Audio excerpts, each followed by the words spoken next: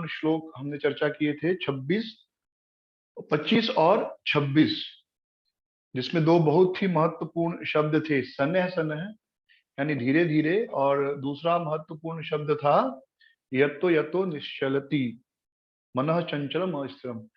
तो दो चीजें हमने सीखी पिछली बार, बहुत महत्वपूर्ण भक्ति में, स्पिरिचुअल लाइफ में, कृष्ण भावनामृत में, कि हमें धीरे धीरे भक्ति में आगे बढ़ना है। कोई यह एक दिन का खेल नहीं है कि एक दिन में ही सफलता मिल जाएगी। तो बहुत सतर्क होकर धीरे धीरे भक्ति में आगे बढ़ना है, और उसी प्रकार दूसरों को जब हम प्रचार करते हैं तो उन्हें भी धीरे धीरे भक्ति के बारे में बताना चाहिए, और उनसे एक दिन में ये अपेक्षा नहीं करनी चाहिए कि वो एक दो दिन में या एक दो लेक्चर सुनने के बाद उनके अंदर पूर्ण परिवर्तन आ जाएगा। तो भगवान कहते हैं शनैः शनैः उपमरेत् बुद्धया धृतगृहीतया, धीरे धीरे बुद्धि का उपयोग द्वारा क्या करना है, आत्म संस्थानम मनः कृत्वा, जो है मन को धीरे धीरे नियंत्रित करना है, भगवान पर आश्रित करना है, भगवान के चरण कमलों में लगाना है। तो भक्ति में सबसे बड़ी गलती खुद के लिए भी और दूसरों के लिए भी हम यह करते हैं कि हम अपेक्षा करते हैं कि एक दिन में ही सब परिवर्तन हो जाएगा। विशेष रूप से जो लोग आर्त होते हैं, आर्त यानी जो लोग दुखी हैं, दुख से आए हैं, तो मैं रिक्वेस्ट करूंगा भक्त अपना वीडियो ऑन रखेंगे तो अच्छा रहेगा। हाँ, please keep your videos on. तो ये तो ऐसा लगता है सिर्फ मोबाइल से बात कर रहा हूँ, लेक्चर के समय ठीक है, बट तो जो आर्त होते, आर्त का अर्थ क्या होता है, जो दुखी हैं संसार से। तो संसार में दुखी होने के कारण जो लोग जब इस कृष्ण भावनामृत के सिद्धांत को प्राप्त करते हैं और फिर जब वो भक्ति में आते हैं तो बहुत ही ज्यादा नकारात्मक विचारों के साथ वो भक्ति करते हैं, और उनका बहुत सारा प्रयास यह रहता है कि हर जगह वो नकारात्मक नकारात्मक नकारात्मक देखते हैं, नेगेटिव नेगेटिव नेगेटिव, क्योंकि वो बहुत दुखी होने के कारण संसार में कुछ प्राप्त नहीं, भक्ति में आते हैं तो उनकी जो चेतना होती है वह चेतना कुछ कुछ मायावादियों जैसी होती है, नेति नेति, कुछ अच्छा नहीं है, कुछ अच्छा नहीं, कुछ अच्छा नहीं है। तो उनकी चेतना कैसी होती है, मायावादियों जैसी। तो बहुत ही, तो वो खुद को भी और खुद दूसरों को जो है सप्रेस करने का, दबाने का प्रयास करते हैं, उनको बार बार डांटने का प्रयास करते हैं। और जब भी देखती कोई व्यक्ति भक्ति में भी अच्छा कपड़ा पहन रहा है या अच्छा खा रहा है तो प्रयास करते, नहीं ये गलत है, ऐसा नहीं करना चाहिए, प्रभुपाद ने मना किया है, ऐसा नहीं होना चाहिए, वैसा नहीं होना चाहिए, हर चीज पे उनको डांट के उनको शिक्षा देने का प्रयास करते हैं। विशेष रूप से वे लोग जो बहुत दुखी होकर आए हैं, या वे लोग जिन्हें बाहरी दुनिया में कुछ ज्यादा सफलता नहीं मिली। तो जो लोग अपने आप को प्रूफ नहीं कर पाए तो वे सोचते हैं कि चलो भक्ति में आकर मैं दूसरों के ऊपर अपना सामर्थ्य दिखाऊं कि मैं देखो बड़ा हूं, मैं अच्छा कर रहा हूं, मैं त्यागी हूँ। आप भले पढ़ाई किए हो या आप बड़े अच्छे ज्ञानी, लेकिन क्या लाभ है, सब व्यर्थ है। आप बहुत पैसे वाले होगे पर क्या लाभ है, सब व्यर्थ है, ये तो माया है, पैसा सुंदरता माया है, परिवार माया है। क्योंकि तो वह व्यक्ति यह इसलिए नहीं कह रहा है क्योंकि उससे अनुभव हो गया कि माया है, बल्कि वह इसलिए यह कह रहा है क्योंकि उसके पास नहीं है और दूसरे के पास है। ये चीज समझ में आ रही है? एक एकदम वो जो कह रहा है एकदम सत्य है कि धन, परिवार, पत्नी, पति, बच्चे, अच्छा घर, अच्छा चेहरा, सुंदरता, ये सब माया है, एकदम सत्य वचन है। लेकिन एक फ्रस्ट्रेटेड व्यक्ति, एक डिप्रेस्ड व्यक्ति जब भक्ति में आता है, क्योंकि वो संसार से दुखी है, संसार में उसको कोई सफलता नहीं मिल रही है, तो किसी कारणवश उसने भक्ति स्वीकार कर ली, क्योंकि यहाँ पर वही चीज बताई जा रही है, संसार में नश्वर है, यूजलेस है। हम वो कहते हैं ना, अंगूर नहीं मिले तो खट्टे हैं सच में, लेकिन नहीं मिले तो इसलिए ज्यादा खट्टे लग रहे हैं। तो वो सोचता है कि चलो नहीं मिले, एनीवे नहीं मिला है तो कम से कम उस ग्रुप में चला जाओ जहां पर बताया गया कि ये खट्टा अंगूर है। तो वो इस तरफ आ जाते हैं और फिर लोगों को बताने लगते हैं, अरे आपके पास अंगूर है तो भी क्या फायदा, वो तो खट्टा है। तो वह जो वे कह रहे हैं कि आपका अंगूर जो आपके पास वो खट्टा है, वह वो अनुभव के आधार पर नहीं कह रहे कि भाई उन्होंने भी खाया उनको खट्टा लगा इसलिए वो बता रहे हैं, बल्कि वे इसलिए बता रहे कि उनको नहीं मिला, तो अब दूसरों को बता रहे भाई खट्टा है। ये दोनों में अंतर है। लेकिन श्रीमद् भागवतम में आप जब पढ़ेंगे, सुखदेव गोस्वामी जब ये बात करते हैं, तो वे सेल्फ रियलाइज हो, किसी को सप्रेस करने के लिए, किसी को दबाने के लिए या खुद को श्रेष्ठ सिद्ध करने के लिए ये नहीं बोल रहे हैं कि ये माया है, बल्कि वो सत्य बात बता रहे हैं कि यह माया है। ये दोनों चीजों में अंतर है। तो जनरली होता क्या है कि हम दूसरों को तुरंत वैरागी बनाने का प्रयास करते, भक्ति में आते हैं, या खुद भी कोशिश करते हैं। लेकिन भगवान यहाँ क्या कहते हैं 25वें श्लोक में, शन शन धीरे धीरे, यानी जो भक्ति की विधि है या धीरे धीरे हमारे ऊपर परिणाम डालते हैं, और हमें भी धीरे धीरे ही उसका फल मिलेगा। एक दिन में यदि आप अपेक्षा करेंगे कि आपके अंदर पूरा आमूल चूल परिवर्तन आ जाएगा, आमूल चूल मतलब टोटल आप एक दिन में परिवर्तन हो जाओगे 180 डिग्री, 180 डिग्री मतलब पूरा, आज इधर थे कल उधर, तो ऐसा नहीं होने वाला, पहला चीज। दूसरा, फिर भगवान कहते हैं 26वें श्लोक में, यतो यतो, यतो यतो, और फिर जहां जहां हमारा मन जाता है, और तत्व तत्व, ये दो शब्द हमने अंडरलाइन किए थे 26वें श्लोक में, कि जब जब हमारा मन यहां वहां कहीं जाता है, कोई बात नहीं, सबका जाता है, तो तब तब उसे वापस लाने का प्रयास करो, और फिर अच्छे से जप करने का प्रयास करो। फिर मन चला जाएगा, परेशान मत हो, जैसे ही आपको याद आता है कि मन चला गया, फिर से उसको वापस लाओ, फिर चला गया फिर से वापस लाओ। बस फ्रस्ट्रेट मत हो कि बार बार क्यों मेरा मन मुझसे दूर चला जा रहा है, क्योंकि भगवान क्या कह रहे हैं, शनि है, ये धीरे धीरे होगा। ये तो होता है ना, कोई काम हम बार बार करते फिर कहते नहीं करना है, हाँ ऐसा फेंक देते नहीं करना है, तो हो ही नहीं रहा है। ऐसा होता है बहुत बार। कोई काम करते हैं, जैसे कुछ लोग कुछ स्क्रू टाइट कर रहे होते हैं, या दीवार पे घड़ी लगा रहे होते हो, पिन के अंदर डाल देते हैं, या कपड़ा सिल रहे होते, कुछ काम कर रहे होते, जब नहीं होता तो नहीं करना है, या फाड़ देते हैं, फेंक देते हैं, कुछ तो कर देते हैं, ऐसा होता है। तो वैसे ही मन दूर जा रहा है, आप बुलाए, फिर सुनना शुरू किया, एक दो शब्द सुने आपने, हरे कृष्ण ऐसा सुना आपने, एक दो लाइन सुनी या एक दो मंत्र सुना, फिर मन चला गया। फिर उसके बाद मन चला गया, तो उसके बाद फिर आपने मन को बुलाया, फिर मन चला गया। तो ऐसा जब 4-5 बार होगा, तो एक तुम पहले आएगा मैं यूजलेस हूँ, मेरा मन देखो कितना बेकार है, बार बार चला जा रहा है। श्लोक संख्या 25 और 26 हम चर्चा कर रहे हैं, 6ठा अध्याय, श्लोक 25 और 26। तो मन बार बार चला जा रहा है, ये तो इसके लिए 25वें श्लोक में भगवान पहले ही कह देते हैं, शनेर शनेर, धीरे धीरे होगा, ये धीरे धीरे होगा। आप ये मत सोचो कि आज आपने कोशिश की कि आज से मैं अच्छे से ध्यान पूर्वक जप करूंगा और आज ही मेरा 16 माला अच्छे से होने लगेगा, ऐसा नहीं होगा। बल्कि उस दिन आपका मन और ज्यादा बाहर भागने की कोशिश करेगा। क्यों भागने की कोशिश करेगा ज्यादा? क्योंकि आप उसको बुला रहे हो। बाकी दिन कम भागने की कोशिश क्यों करता है? क्योंकि यानी वो भागा ही हुआ है। यानी भाग गया तो आपने उसको छोड़ दिया 2 घंटे के लिए, तो आप बोलोगे नहीं आज एक ही बार भागा, क्यों? क्योंकि भागने के बाद तो आपने बुलाया ही नहीं, तो दूसरी बार वो भागेगा ही नहीं। तो उस दिन आप काउंट करोगे मन कितनी बार भागा, एक ही बार भागा। क्यों? क्योंकि उसके बाद तो वापस आया ही नहीं ना। लेकिन जिस दिन आप बुलाओगे और फिर भागेगा, फिर बुलाओगे, तो उस दिन का काउंट बहुत रहेगा, इतनी बार भागा। लेकिन उस दिन आपने ज्यादा जप भी सुना।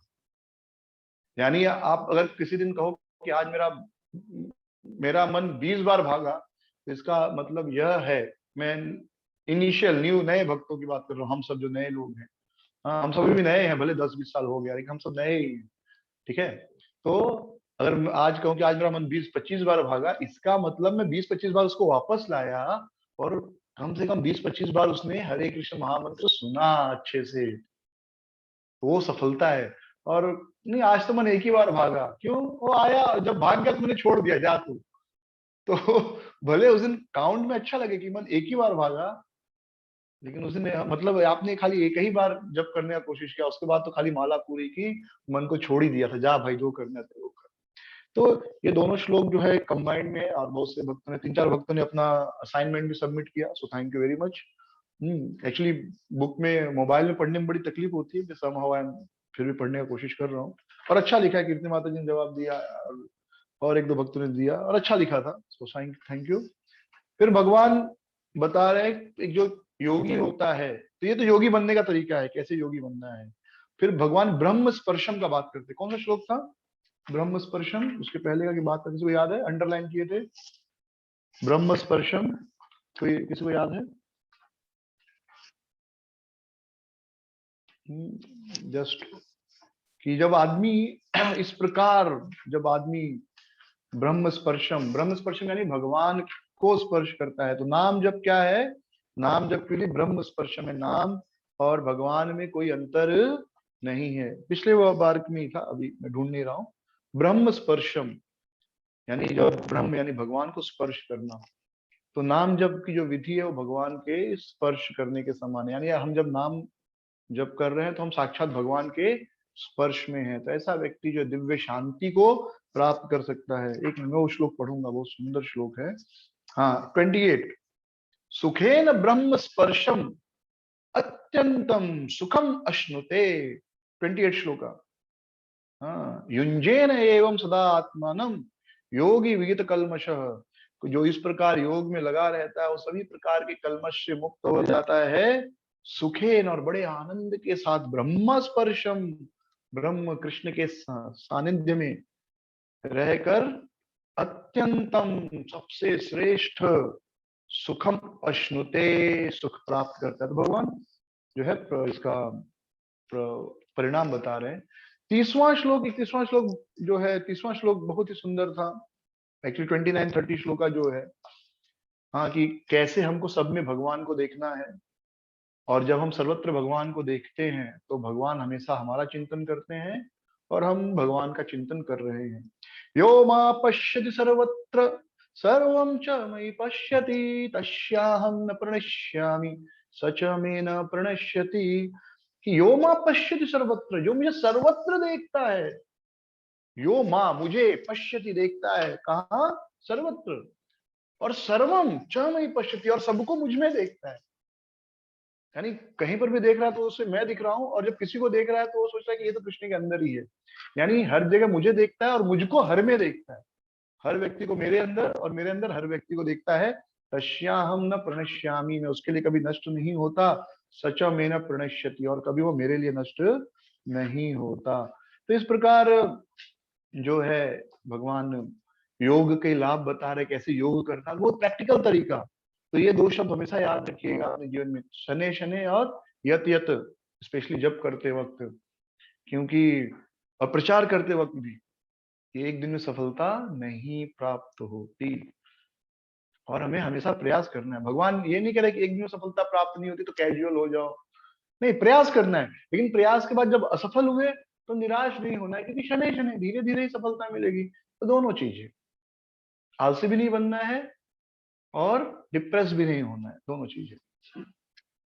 फिर हमने देखा 33वें श्लोक में भगवान, 33-34वें श्लोक में अर्जुन कहते हैं कि मन तो बड़ा ही चंचल है, इसको नियंत्रित करना मुश्किल है। और भगवान जवाब देते हैं कि एकदम सत्य कहा आपने अर्जुन। तो नाम नहीं है, नहीं नहीं गलत बोल रहे हो, नहीं, मैंने कहा एकदम सत्य बोल रहे हो आप जो कह रहे हो एकदम सत्य है। मन बड़ा ही चंचल है, लेकिन वैराग्य और अभ्यास है। अभ्यास और वैराग्य, 35 श्लोक। अभ्यासेन तो कौनते वैराग्येण च गृह्यते। अभ्यास और वैराग्य द्वारा इस मन को नियंत्रित किया जा सकता है। अभ्यास किन चीजों का करना है? तो ऐसी चीजों का अभ्यास करना है जो भक्ति में सहायक है। वैराग्य किससे लेना है? उन चीजों से वैराग्य लेना है जो भक्ति में सहायक नहीं है। ये याद रखिए, वैराग्य मतलब छोड़ना नहीं होता सब कुछ। वैराग्य का मतलब ऐसी चीजों से दूर रहना जो हमारी भक्ति में बाधा हो सकती हैं। और अभ्यास मतलब उन चीजों को करना जो हमें भगवान का स्मरण करने में सहयोग करती। यही अभ्यास और वैराग्य का अर्थ है। या डू एंड डोंट, यम या नियम। खैर यम नियम हमने पढ़ा ना, तो यही चीज है। अब आज शुरू करते हैं 37 श्लोक से। होप क्लियर है। किसी को कोई क्वेश्चन है तो आप अपना हाथ रेस करके क्वेश्चन पूछ सकते हैं, हम आगे बढ़ेंगे, ठीक है। तो अब कृष्ण जो है उन्होंने तो बता दिया, क्या बता दिया? योग करो। किसी ने आपसे कह दिया कि आप रोज माला जप करो, नाम जप करो, या विशेष रूप से वे लोग जो फुल टाइम ब्रह्मचारी आश्रम जप करते हैं 20 साल, 21 साल, 22 साल की उम्र में, और सब कुछ त्याग कर अपना पढ़ाई लिखाई एजुकेशन, क्योंकि वही एज होता है जब अपना करियर बनाते हो। तो अर्जुन का प्रश्न विशेष रूप से ऐसे लोगों के लिए और हम सबके लिए भी है कि हमने 10 साल रोज सोलहमाला जप किए, 20 साल किया, 15 साल किया, भगवान को भोग लगाया रोज का 2 घंटा 3 घंटा, क्योंकि जो आश्रम में नहीं है लेकिन फिर भी ये सारा कार्य कर रहे हैं, अगर वो ये कार्य नहीं करते तो कुछ और करते, तो दुनियादारी में हो सकता है और थोड़ा बिजनेस में बुद्धि लगाते, नौकरी में थोड़ा और ज्यादा दिमाग लगाते, लेकिन वो सब फालतूगिरी ना करके वे जो है भक्ति में टाइम लगाए। तो अर्जुन का प्रश्न है कि अगर ऐसा कोई व्यक्ति समझो कुछ साल भक्ति किया लेकिन बाद में छोड़ दिया तो उसकी क्या हालत होगी। हाँ, तो मैंने विशेष रूप से ये ब्रह्मचारियों के लिए या मंदिर के भक्तों के लिए इसलिए कहा क्योंकि एक उम्र के बाद समझो कोई आदमी 20 साल में या 22 साल में आश्रम ज्वाइन करता है और 35 साल 15 साल बाद छोड़ देता है, तो फिर 35 साल की उम्र में वो कहाँ से घर बसाएगा या सेटल होगा या शादी करेगा, बड़ा मुश्किल हो जाता है, क्योंकि आप जो पढ़ाई किए हैं भूल गए हैं, अब उम्र हो गई तो आप कुछ नया शुरू भी नहीं कर सकते, और आपको विवाह करना या विवाह हो गया उस उम्र में तो बड़ी मुश्किल हो जाती है। तो लगभग ऐसा ही कुछ प्रश्न अर्जुन पूछ रहे हैं हम सबके लिए। अर्जुन उवाच अयति श्रद्धया श्रद्धया उपेतः योगात् चलितमानसः अप्राप्य योग संसिद्धं काम गतिम कृष्ण गच्छति। अयति, अयति मतलब जो लोग योग में असफलता मिली, जिनको जो सफल नहीं हुए, यानी वो सब भक्ति कर रहे सब कुछ छोड़कर चले गए। विशेष रूप से यहाँ पर जो योग का अर्थ हम लोग ले रहे हैं इस कॉन्टेक्स्ट में वो है जो लोग घर परिवार संसार पत्नी स्त्री पुरुष बच्चों का त्याग करके जंगल चले गए तपस्या कर रहे हैं, वैसे योगी की बात कर रहे हैं एक सेंस में अर्जुन। पर इन जनरल हम सबके लिए मोटा मतलब बड़े लेवल पर देखें तो ऐसा व्यक्ति जो सब कुछ छोड़ चुका है, और नॉर्मल लेवल पर छोड़ देखें तो एक भक्त जैसे आप हम सब जो हैं तो परिवार समाज से ज्यादा रिलेशन नहीं रखते, भक्तों की कम्युनिटी में रहते हैं। टीवी देखना, क्रिकेट देखना, शेयर मार्केट में पैसा लगाना, बहुत पैसा कमाने का तरीका करना, ये सब भी ज्यादा ध्यान नहीं देते हम। तो एक हिसाब से हम भी छोड़े हैं सब कुछ। तो अयति, तो हम भी योग कर रहे हैं, भगवान का भक्ति कर रहे हैं, लेकिन अयति असफल हो गए। श्रद्धयापेत, अयति श्रद्धयापेत श्रद्धयोपेतो, कि अगर कोई व्यक्ति योग में लगा हुआ है लेकिन वो असफल हो गया, योगात चलति मानसः, तो योग से उसका मन चला गया कि अब मुझे जप नहीं करना है, अब मुझे भक्ति नहीं करनी है। अप्राप्त योग संसिद्धिम, तो जो योग से संसिद्धि मिलती थी, अगर वो योग करता तो भगवान के धाम चला जाता, लेकिन अप्राप्य, तब तो उसे योग संसिद्धि नहीं मिलेगी क्योंकि उसने योग तो पूरा किया नहीं। तो काम गति ही कृष्ण गच्छति, तो कृष्ण उनकी क्या गति होगी, उनकी क्या हालत होगी, वो कहाँ जाएंगे, वो मतलब माया मिली ना राम, ऐसा कुछ हो जाएगा। हाँ, कि दुविधा में ऐसे फंसे, माया मिली ना राम, ना भगवान मिले ना माया मिली, ना संसार में कुछ सफलता मिली। नहीं तो आज हो सकता है बहुत बड़े आईएएस ऑफिसर होते, कुछ और होते, लेकिन अब तो ना माया मिली ना राम मिले, ऐसी हालत हो गई है। तो अर्जुन का यही प्रश्न है, और एक कॉमन प्रश्न है कि ठीक है मैंने 2 साल भक्ति किया, 5 साल भक्ति किया, तो उसके बाद समझो भक्ति छोड़ दिया तो क्या होगा। तो भगवान बड़ा सुंदर जवाब देते हैं यहाँ पर, और हमने दूसरे अध्याय के 42वें श्लोक में भी ये चर्चा की है, 41 या 42। हाँ, नेहाभिक्रम नाशो अस्ति प्रत्यवायो न विद्यते स्वल्प अल्पश धर्मस्य त्रायते महतो भयात्, इस रास्ते पर कोई नुकसान नहीं है, यानी अगर आपने थोड़ा भी भक्ति किया है तो लाभ अवश्य होगा। तो अर्जुन फिर अपना प्रश्न आगे बढ़ाते हैं, कंचिनो भयो विभ्रष्ट छिन्न अभ्रम एव नश्यति अप्रतिष्ठो महाबाहो विमूढ़ो ब्रह्मणा पथि, कि ऐसे व्यक्ति का तो सब कुछ चला गया। हाँ, ना उसे प्रतिष्ठा मिली और ना ही आध्यात्मिक ब्राह्मण गति, ना तो भगवान मिले, और वो बिना किसी पद के रह गया। अप्रतिष्ठ महाबाहु, अप्रतिष्ठ, उसे कुछ दुनिया में भी कुछ नहीं मिला, उसका तो यह संसार भी खराब हो गया, अगला संसार भी खराब हो गया, ना माया मिली ना राम मिले, तो बेचारा कहाँ जाएगा अब। सही है, एकदम लॉजिकल प्रश्न है। तो अर्जुन यही कह रहे कि अगर कोई भक्ति में नहीं सफल हुआ तो उसे योग भगवान का धाम तो मिलेगा नहीं, और ये दुनिया भी नहीं मिलेगी, तो बेचारा वो तो किसी लायक नहीं होगा, वो तो कहाँ जाएगा फिर वो, उसे ना तो माया मिली, ना राम मिले, तो फिर उसकी क्या गति होगी, ये अर्जुन का प्रश्न है। तो प्रभुपाद जी तात्पर्य में बताते हैं कि दो तरह के लोग होते हैं, एक भौतिकतावादी और एक आध्यात्मिकतावादी। तो भौतिकतावादी लोग क्या करते हैं, भौतिकतावादी लोग इस भौतिक संसार में आगे बढ़ने का प्रयास करते हैं। जैसे आप देखेंगे तो कोई अपने बच्चे को क्रिकेटर बनाना चाहता है, तो बचपन से, आजकल 4 साल से ही बच्चे, 5 साल से ही उनके लिए कोई कोच कर देते हैं कि ये बहुत बड़ा क्रिकेटर बनना चाहिए, तो कोच 5 साल से उसको बॉल बैट क्रिकेट में जा रहा है, स्टेडियम में ट्रेनिंग ले रहा है। हाँ, कोई अपने बच्चों को डॉक्टर इंजीनियर बनाना चाहते तो 5 साल से ही उसको पढ़ाना लिखाना, मतलब बढ़िया नंबर आना चाहिए, मतलब पैदा, आजकल तो पैदा होने के पहले से प्रेशर हो जाता है, बच्चे का एडमिशन बड़े स्कूल में करना है। हाँ, तो जैसे अभी बच्चे 2-3 साल के होते तो माँ बाप कोशिश करते हैं ABCD सिखाने की। हाँ, एक टाइम ऐसा आएगा कि बच्चा पेट में ही है और माँ बाप सिखाने की कोशिश करेंगे उसको, तो पेट में तभी से उसको मैथ्स और फिजिक्स आ जाए, बेसिक फॉर्मूला, ये भी हालत हो जाएगी एक दिन, ऐसा हालत चल रहा है। तो ये भौतिकतावादी लोग हैं जो आगे बढ़ने का प्रयास करते हैं, और एक दूसरे कौन है, आध्यात्मिकतावादी, जो भक्ति में या अध्यात्म में आगे बढ़ने का प्रयास करते हैं। ये दोनों अलग रास्ता है, ठीक है। तो भौतिकतावादी व्यक्ति और आध्यात्मिकतावादी व्यक्ति दो है, तो आध्यात्मिकतावादी व्यक्ति भौतिकतावाद को छोड़ दिया है और वो आध्यात्मिक रास्ते पर चल रहा है, और यदि वह अध्यात्म में सफल नहीं हुआ तो ना उसे भौतिक मिलेगा ना आध्यात्मिक मिलेगा, तो बेचारे का क्या हालत होगा। फिर इसलिए 39 श्लोक में भगवान कहते हैं, एतन्मे संशय कृष्ण, ये मेरा संशय है कृष्ण, ये मेरा डाउट है, आप बताइए। छेतुम अर्हसि अशेषतः, इसे आप पूर्ण रूप से इस डाउट को दूर कीजिए। अन्य संशयस्य अस्य छेता नहीं उपपद्यते, आपके अलावा कोई भी मेरा यह शक, यह डाउट, यह संशय दूर नहीं कर सकता।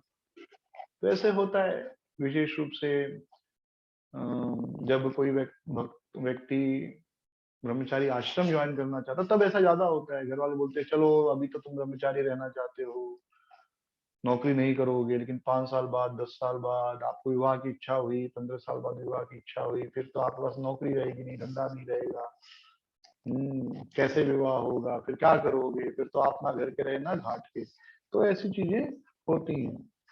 तो अब भगवान इसका जो है उत्तर दे रहे हैं। श्री भगवान उवाच पार्थनेवेह नामुत्र विनाशस्तस्य विद्यते, न हि कल्याण कृतस्य दुर्गति तात गच्छति। तो भगवान कहते हैं, पार्थ नेव इह न अमुत्र, हे पार्थ ऐसा कभी नहीं होगा, जो भी व्यक्ति इस रास्ते पे है, ना उसका इस जीवन में, ना अगले जीवन में, ना इस लोक में, ना अगले लोक में उसका विनाश नहीं होगा।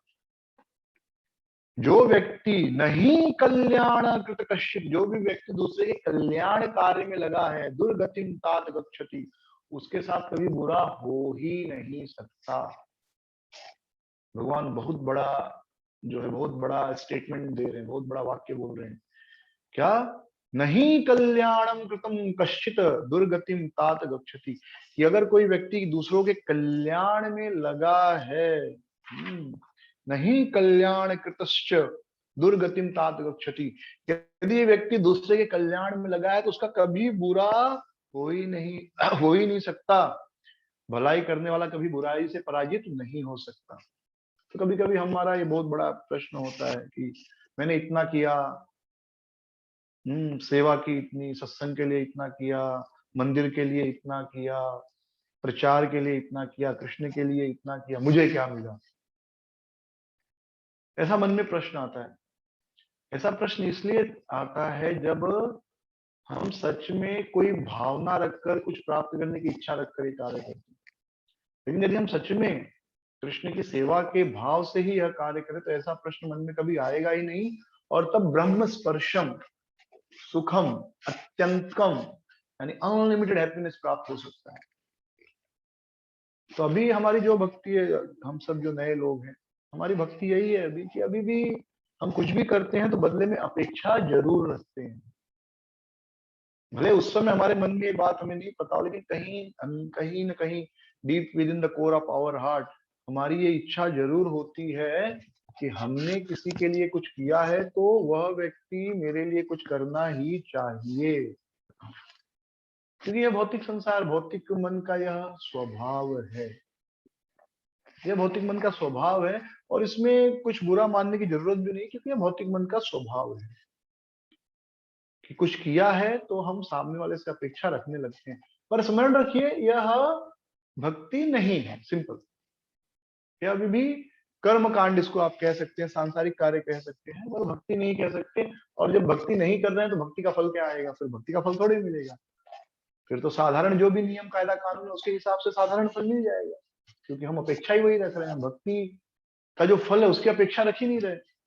हम तो अपेक्षा यह रख रहे हैं कि भाई दो भक्तों का हमने कुछ कल्याण किया तो वह भक्त जो है मेरे लिए क्या कहते हैं, ऑब्लाइज होना चाहिए। ऑब्लाइज मतलब या ग्रेटफुल होना चाहिए, हमेशा मेरा आभारी रहना चाहिए कि मैंने उस भक्त के लिए किया, वो जिंदगी भर मेरा आभार मानना चाहिए।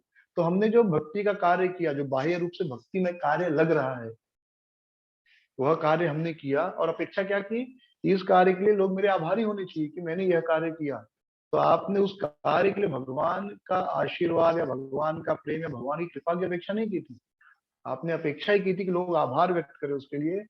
तो मैक्सिमम जो मिलेगा वही मिलेगा। अगर मिलेगा तो मैक्सिमम वही चीज मिलेगा कि हमको लोगों का आभार मिलेगा। लोग बोलेंगे अरे प्रभु जी आप तो ग्रेट है, आप नहीं होते तो हम तो कभी भक्ति में आते ही नहीं, हम तो कभी भक्ति कर ही नहीं पाते, हमारा क्या होता। तो वही मिलेगा। लेकिन जिस चीज के लिए भक्ति कर रहे थे, यानी जिस चीज के लिए भक्ति करनी चाहिए थी, वो नहीं मिल पाएगी, क्योंकि उसके लिए भक्ति किया ही नहीं ना, उसके लिए वो प्रचार किया ही नहीं, उसके लिए वो सेवा की ही नहीं। सेवा तो की, चार लोग ताली बजाएंगे, हरि बोल बोलेंगे, प्रशंसा करेंगे, तो वो चीज मिलेगी। लेकिन जिस चीज के लिए आप आए थे, जिस चीज के लिए आपको सेवा करनी चाहिए थी, वह नहीं प्राप्त होगा। तो जब भगवान ये कहते हैं कि भलाई करने वाले कभी बुराई से पराजित नहीं हो सकते, तो यह सत्य है। हमारे मन में प्रश्न आता है कि हमने तो इतनी भलाई की लेकिन हमारे साथ तो नहीं हुआ भला। नहीं, आप हमने एक सौदा किया, डील किया, बिजनेस किया, भक्ति नहीं की, तो जो उसका मैक्सिमम आउटपुट हो सकता है संसार के नियमों के हिसाब से, तो संसार के नियम में आप कोई भी सांसारिक कार्य करें तो जितना आप करेंगे उससे कम ही मिलेगा, ज्यादा नहीं मिलेगा। खाली भक्ति में आप जितना करेंगे उससे ज्यादा मिलेगा। तो भले हमारा कार्य भक्ति में लग रहा है, लेकिन मन में हमारी चेतना क्या है, इसके लिए मुझे लोग ग्रेटफुल होने चाहिए, लोग मेरे आभारी होने चाहिए, लोग मुझे आभार प्रकट करना चाहिए। तो बस मैक्सिमम वही मिलेगा, उससे ज्यादा नहीं मिलेगा। अन्यथा कोई भी व्यक्ति जो भगवान का सेवा में है, किसी की भलाई कर रहा है और बदले में कोई अपेक्षा नहीं रख रहा है, तो वह कभी बुराई से पराजित नहीं हो सकता। तो जो व्यक्ति भक्ति करता है या किसी भी भाव से, किसी भी भाव से, ठीक है, लोगों का आभार मिले, लोग मुझे थैंक यू बोले, तो शुद्ध भक्ति नहीं कर रहा पर भक्ति कर रहा है। शुद्ध भक्ति इतनी आसान भी नहीं है। हाँ, क्लेशाग्नि शुभदा सुदुर, क्लेशाग्नि शुभदा मोक्ष लघुता कृत सुदुर्लभा। हाँ, आत्मानंद विशेष आत्मा श्री कृष्ण आकर्षणी च स। तो ये शुद्ध भक्ति की परिभाषा क्या है? क्लेशाग्नि शुभदा मोक्ष लघुता कृत सुदुर्लभा, बड़ा दुर्लभ है। तो पहला चीज याद रखिए, हमारा सबसे ये अपेक्षा करना कि यह आदमी शुद्ध भक्ति कर रहा है, ये गलत है। या खुद से भी तुरंत अपेक्षा रखना कि मैं शुद्ध भक्ति कर रहा हूँ, गलत है। ये बहुत दुर्लभ है। शुद्ध भक्त और शुद्ध भक्ति बहुत ही दुर्लभ है। कई कई जन्म भी लग सकते हैं, इसी जन्म में भी मिल सकती है अगर हम प्रॉपर प्रयास करें, या बहुत जन्म भी लग सकते हैं। तो इसलिए अगर हम देखें कोई भक्ति इस भौतिक कार्य, भौतिक सिद्धि की प्राप्ति के लिए कर रहा है, तो हैरान भी नहीं होना चाहिए और उस व्यक्ति को कुछ बोलना भी नहीं चाहिए, क्योंकि शुद्ध भक्ति बहुत ही रेयर है। ध्रुव महाराज ने भक्ति की, क्यों भक्ति की? उनको अपने पिता से भी बड़ा राज्य चाहिए था, तो उनकी शुद्ध भक्ति नहीं थी। लेकिन भक्ति का यह प्रभाव है, जब वो भक्ति हम करते हैं तो धीरे धीरे हम भक्ति में शुद्ध होते हैं। तो ध्रुव महाराज ने जो भक्ति की बहुत तीव्र भक्ति थी उनकी, हाँ एकदम पूरा 100% जो काम दिया था वो एकदम 100% सही तरीके से किया, तो पूरा प्रभाव मिला और उनकी सारी भौतिक इच्छा समाप्त हो गई, लेकिन फिर भी उनको लाभ हुआ, जो भी भौतिक इच्छा थी पूरी की भगवान ने। या भागवतम में हम पढ़ते हैं दिति का प्रसंग। हाँ, दिति को हिरण्यकशिपु, दिति को पुत्र चाहिए थे किसको मारने के लिए, इंद्र को मारने के लिए, क्योंकि इंद्र के कारण हिरण्यकशिपु हिरण्याक्ष का वध हुआ, तो उन्होंने पयोव्रत किया, और पयोव्रत किया तो उसका प्रभाव क्या हुआ, उनको उनका पूरा हृदय भी शुद्ध हो गया, भगवान की भक्ति भी बन गई, और उनको 49 पुत्र प्रकट हुए जो मरुत कहलाए, मरुतगण, जो भगवान जो देवताओं के संग रहने लगे, जबकि दिति के पुत्र दैत्य कहलाते हैं, लेकिन वो देवता बने। लेकिन उनका उद्देश्य भी क्या था भक्ति करने के पीछे भगवान की, मुझे ऐसे पुत्र चाहिए जो इंद्र को मार दें। तो कहने का तात्पर्य यह है कि शुद्ध भक्ति तुरंत तुरंत नहीं मिलती, इसलिए भले हम लेक्चर्स में सुनते हैं, बातें करते हैं, पर शुद्ध भक्ति बहुत रेयर है। रेयर मतलब दुर्लभ है, दुर्लभ नहीं, बहुत सुदुर्लभ है। तो इसके लिए पहले दिन से ही किसी से अपेक्षा करना कि यह व्यक्ति शुद्ध भक्ति करेगा, या उस व्यक्ति को टॉन्ट मारना कि आप शुद्ध भक्ति नहीं कर रहे हो, या खुद के लिए घृणा उत्पन्न हो जाना कि मैं शुद्ध भक्ति नहीं कर रहा हूँ, ये सब गलत है। अकाम सर्व कामो वा मोक्ष कामो उदारधि तीव्रण भक्ति योगी ने जयेत पुरुषः परम।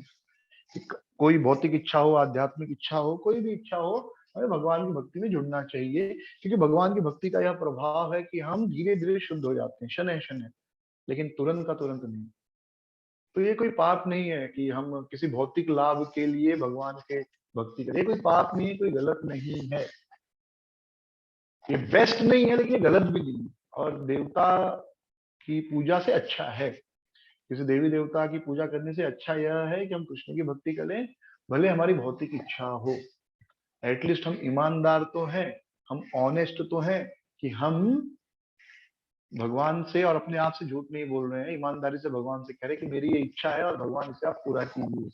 श्रीमद भागवतम में 3रे स्कंद में आप पढ़ेंगे तो वहां पर प्रसंग आता है, कपिल की माँ देवहूति और उनके पिता कौन, कर्दम ऋषि। तो कर्दम ऋषि तपस्या करते हैं, और उनकी तपस्या इतनी श्रेष्ठ होती है, इतनी महान तपस्या करते हैं कि भगवान की आंखों से भी अश्रु आ जाते हैं, और वो उस आंसुओं से बिंदु सरोवर बना है, जो हम जगन्नाथपुरी के आसपास के इलाके में वो सरोवर है, बिंदु सरोवर। कितनी श्रेष्ठ तपस्या। और जब भगवान प्रकट होते हैं तो कर्दम मुनि कहते हैं कि मैं जो मांग रहा हूँ मुझे पता है गलत है, पर ये मेरी इच्छा, मैं क्या करूं, मुझे एक पत्नी की इच्छा है, मुझे एक सुंदर सुशील योग्य पत्नी चाहिए। तो कर्दम ऋषि कौन, भगवान के पिता, भगवान स्वयं उनके पुत्र बनकर आए कपिल देव के रूप में, कपिल मुनि के रूप में। तो कम से कम हमें खुद से ईमानदार होना चाहिए, दूसरों के प्रति लिए ईमानदार होना चाहिए, और एक ही दिन में शुद्ध भक्ति, देखिए हमारा उद्देश्य जो है, हमें बहुत क्लियर होना चाहिए कि हमें शुद्ध भक्ति करना है, पर वो बहुत ऊंची चीज है। अभी यहाँ पर हैं, तो सीधा एक दिन में यहाँ से यहाँ नहीं आ सकते, धीरे धीरे आएंगे। तो धीरे धीरे अपनी भौतिक इच्छाओं को कम करना है, जो नियम कायदे कानून को पालन करना चाहिए, उस नियम कायदे कानून में रहकर अपनी इच्छाओं को पूर्ण करने का प्रयास करना चाहिए, भौतिक इच्छाओं को भी, ताकि हम धीरे धीरे भक्ति की ओर आगे बढ़ सके। जैसे बार बार उदाहरण दिया जाता है प्रसाद का, अच्छा खाने का इच्छा है, जीव हमारी नियंत्रण में नहीं, कोई बात नहीं है, लेकिन अच्छा बनाओ, भगवान को भोग लगा कर खाओ, तो उस नियम में है फिर। तो जब उस नियम में रह के आप ये कार्य करते हैं तो धीरे धीरे हम शुद्ध होते हैं, और अंततः इस जीवन में ही, अगले जीवन में, या किसी भी जीवन में वो स्थिति आएगी जब हम शुद्ध भक्त बन सकते हैं। ठीक है, तो यहाँ पर भगवान आगे बता रहे हैं कि जो आदमी भक्ति करता है, अगर उसकी भक्ति पूरी भी नहीं हुई, वो भगवत धाम नहीं भी गया, तो प्राप्य पुण्य कृताम लोकान अनुषित्वा शाश्वती ही समा, कि प्राप्त पुण्य कृताम लोकान, वो ऐसे लोगों को प्राप्त करता है जहां पर पुण्यात्मा लोग जाते हैं, यानी स्वर्ग प्राप्त होगा। मैंने स्टेटमेंट पढ़ा नहीं है पर बहुत बार सुना है, श्रील प्रभुपाद जी कहते हैं कि 99% इस्कॉन के लोग स्वर्ग जाएंगे, मतलब भगवत धाम नहीं जाएंगे, स्वर्ग जाएंगे। क्यों? क्योंकि अभी भी हमारी भक्ति शुद्ध नहीं है, अभी भी हमारे मन में भौतिक इच्छाएं हैं। हाँ, सुंदर पुरुष की, सुंदर स्त्री की, धन की, मान पूजा प्रतिष्ठा की, तो अधिकतर लोग स्वर्ग जाने वाले हैं, भगवत धाम नहीं जाने वाले। लेकिन नरक तो नहीं जा रहे, तो अच्छा है ना, कम से कम नरक से तो बच रहे हैं। तो भक्ति का ये लाभ है कि कम से कम हम नरक नहीं जाएंगे, स्वर्ग जाएंगे। तो ऐसे लोगों को 41 श्लोक में भगवान देते, प्राप्त पुण्य कृताम लोकाम अनुषित्वा शाश्वती ही समा। तो पुण्य कृताम लोकान, ऐसे लोक वे प्राप्त करते हैं जहां पर पुण्यात्मा लोग जाते हैं। कौन लोग? पुण्यात्मा लोग, जो पुण्य करते हैं, और भक्ति से बड़ा पुण्य कुछ है ही नहीं। और दूसरा चीज, शाश्वती ही समाह, जहां पर वे जाकर अनेकों अनेकों वर्ष तक वहां पर वे निवास करते हैं। शाश्वती समाह, समाह मतलब वर्षों तक। कितना शाश्वती, मतलब शाश्वत, तो शाश्वत मतलब अनंत नहीं, शाश्वत मतलब बहुत साल तक। हाँ, हजारों करोड़ों साल तक वे स्वर्ग में जाकर आनंद करते हैं। और उसके पश्चात सुचिना श्रीमताम गे, वे किसी सुचिनाम यानी किसी पवित्र आत्मा के घर पे, या श्रीमताम, या कोई श्रीमत है, संपन्न परिवार, श्रीमत यानी जिसके घर पे श्री है, लक्ष्मी जी का वास, यानी कोई अमीर व्यक्ति, या सुचिनाम कोई व्यक्ति शुद्ध आत्मा है, पवित्र आत्मा है, श्रीमतागे है, उनके घर में जाता है। कौन? योग भ्रष्ट विजायते, अगर कोई व्यक्ति इस पथ पर भ्रष्ट हो गया, यानी भक्ति का जो कुछ भी नियम कायदा कानून है अच्छे से नहीं पालन कर पाया, तो भी क्या होगा? तो पहले तो उसको स्वर्ग मिलेगा। स्वर्ग के लिए आप देखो कितना दुनिया में झंझट है, लोग बम खुद को बांध कर फोड़ लेते, खुद को फोड़ लेते, हजारों लोगों को मार रहे हैं कि वो स्वर्ग जाने के लिए। हाँ, अब देखिए क्रिश्चियन मुस्लिम ये दोनों रिलीजन सेम ही थे, सेम ही है एक्चुअली। क्रिश्चियंस भी, उनका भी है दूसरों को मारो, मुस्लिम्स भी है उनका दूसरों को मारो, जब तक काफिर है तब तक मारते रहो। तो काफिर कौन है? काफिर हिंदू तो है काफिर, लेकिन मुसलमानों में भी 72 सेक्ट हैं। कितने? 72 सेक्ट। और हर सेक्ट 72 अलग अलग हिस्से हैं, और हर हिस्से वाले के लिए बाकी 71 काफिर हैं। यानी समझो सारे हिंदू मारे गए। समझो एक समय आया, हम हिंदुओं की बेवकूफी के कारण समझो एक दिन आ गया कि इस देश में हिंदू नहीं रहेंगे, सब मुसलमान, या तो सारे हिंदू मर जाएंगे या मुसलमान बन जाएंगे, जो भी। तो उसमें भी ये जो बचे हुए 72 हो गए अभी मुसलमान, वो भी एक दूसरे को मारना शुरू करेंगे, क्योंकि जो 72 में केवल एक ही स्वर्ग जाने वाला है, बाकी 71 क्या है? काफिर है उसमें भी।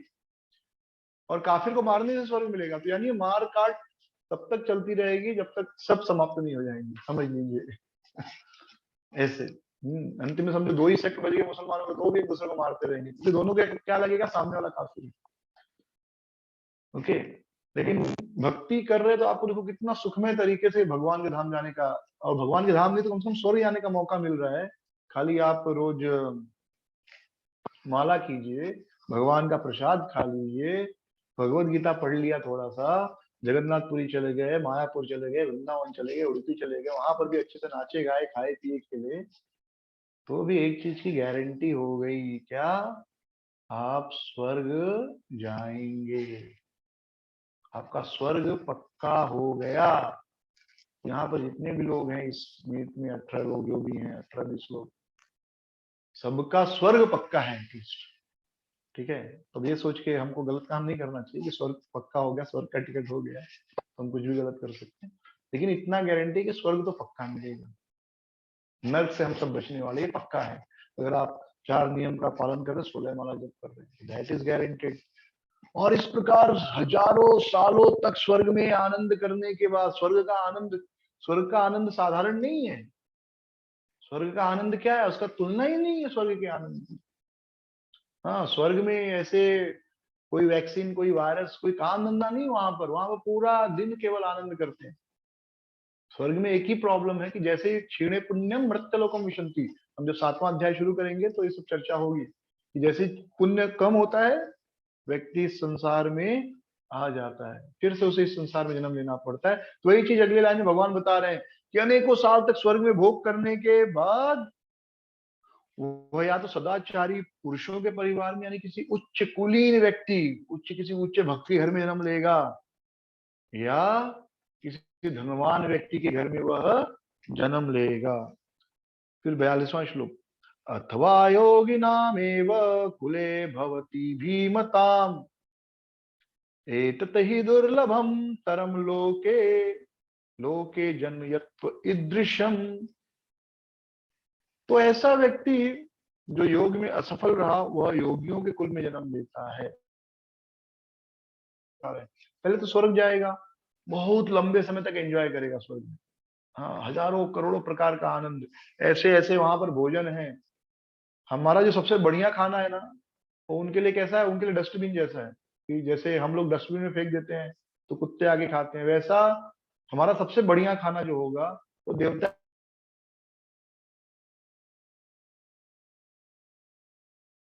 समझ लो तो कचरा है उनके लिए। हाँ, और वो सच में कचरा है हमारे लिए भी, बट हम खाते हैं, अलग बात है। हाँ, 7 दिन का सड़ा हुआ, 7 7 दिन ब्रेड, कोई भी baked item actually. Bhagavad Gita में जब आप 8वां चैप्टर पढ़ेंगे तो वहां पर भगवान कहते हैं सत्वगुणी भोजन क्या होना चाहिए। सत्वगुणी भोजन यानी वह भोजन जो 3 घंटे से ज्यादा कुक नहीं होना चाहिए, यानी कुकिंग के बाद मैक्सिमम 3 घंटा, तो 3 से 6 पकड़ लीजिए। तो यानी 6 घंटे के भीतर भोजन कर लेना चाहिए। अगर आपने भोजन को खान कुक किया है तो उसकी जो शक्ति है वो 3 से 6 घंटे में समाप्त हो जाती है। एक्चुअली 3 घंटा ही है, यानी भोजन पका फ्रेश है उसके बाद आप खा लो। वो हम सुबह का बना हुआ रात को खाते उसमें कोई ताकत नहीं रहती, इसके लिए हम फिर बीमार पड़ते हैं। तो कुक करने पे ऐसे ही भोजन की ताकत खत्म हो जाती है, बहुत कम हो जाती है, और वो भी आप 3 4 घंटे बाद खाएंगे तो बिल्कुल ताकत नहीं है उसमें। फिर आप सोचो जो हम बिस्किट खाते हैं, केक खाते हैं, बेकरी का आइटम खाते हो, तो 5 5 दिन, 6 6 दिन, 10 10 दिन, महीने महीने पुराने होते हैं, उसमें क्या ताकत होगी। वो तो पूरा तमोगुनी भोजन है, वो किसी एंगल से हमें हेल्प नहीं दे सकता।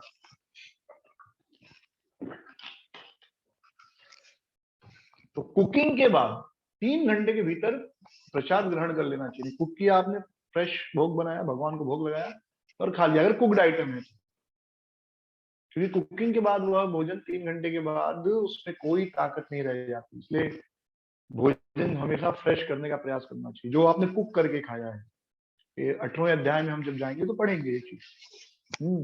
तो आप सोचिए कितना पुराना बिस्किट, चॉकलेट, केक और पाव, ब्रेड, पिज्जा 5 5 6 6 8 8 10 10 दिन बना हुआ ही रहता है। 10 10 दिन पहले कुक हुआ रहता है ये चीज। तो उसमें क्या ताकत होगी और वो कितना नुकसान करता होगा शरीर को, आप सोचिए।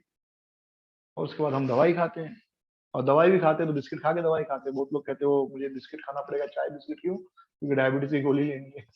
बीमारी भी उसी के कारण हुई है, लेकिन अब दवाई खाने के पहले भी वो खाना ही है ताकि और बीमार हो और दवाई खाओ। चाय बिस्किट बहुत फेमस है मुंबई में एटलीस्ट। हाँ, चलो 2 चाय बिस्किट खा लो, हल्की सी भूख लगी, चाय बिस्किट ले लो। सबसे बड़ा, सबसे कचरा चाय और बिस्किट। तो पहला क्या है, वह करोड़ों हजारों करोड़ों साल तक स्वर्ग में भोग भोगेगा। फिर उसे किसी सदाचारी घर में, किसी कुलीन ब्राह्मण के घर में, या भक्त के घर में, और या फिर किसी धनवान के घर में, या फिर किसी बहुत बड़े योगी के घर में जन्म मिले। कोई योगी है बहुत बड़ा, यानी इन सेंस भक्ति ही कह लीजिए उसको। तो ऐसा 3 लाभ बता रहे हैं भगवान। तो पहला क्या है, सदाचारी पुरुष, यानी कोई धार्मिक है, भगवान को मानने वाला है, ब्राह्मण पकड़ लीजिए, मतलब जो ब्राह्मण मतलब जो कर्म से ब्राह्मण का कार्य करे, या धनवान या योगी।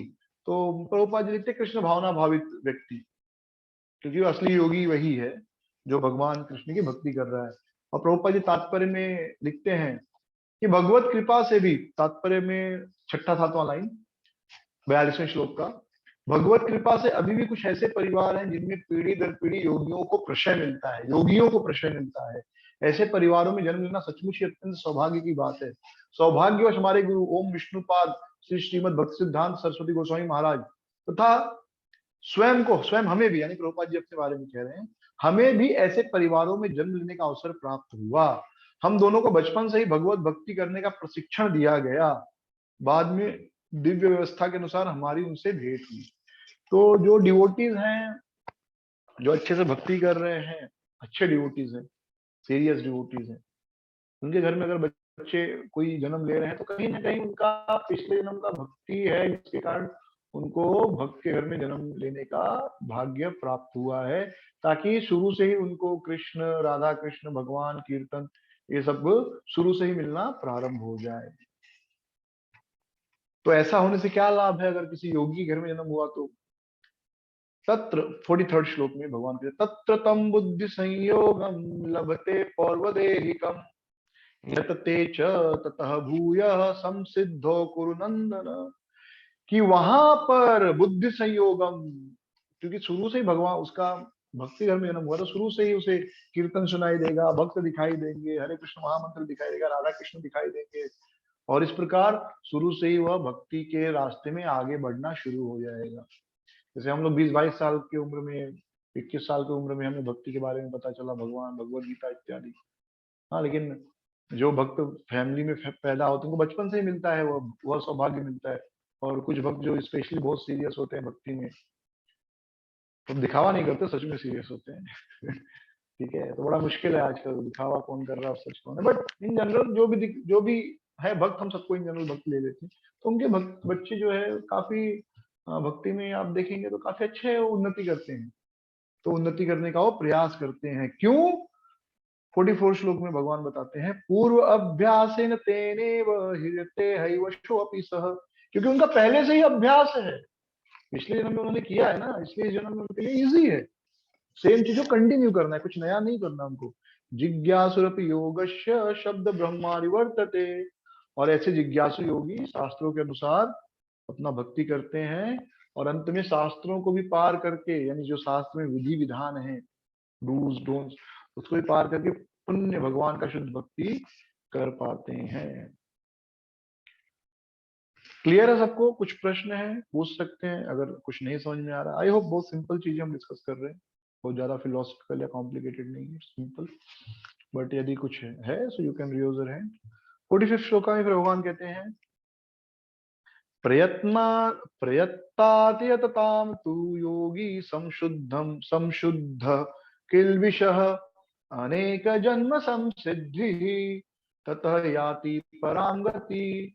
और जब योगी समस्त कल्मश से शुद्ध होकर सच्ची निष्ठा से आगे प्रगति करने का प्रयास करता है तो अनंतो गत्वा, अनेकानेक जन्मों के पश्चात, अनेकानेक जन्मों के अभ्यास के पश्चात सिद्धि लाभ करके वह परम गंतव्य को प्राप्त करता है। यातिम पराम गतिम, वह परम गति प्राप्त करता है। यस योगेश प्रभु बोलिए, क्वेश्चन है आपका। हरे कृष्णा योगेश प्रभु। यस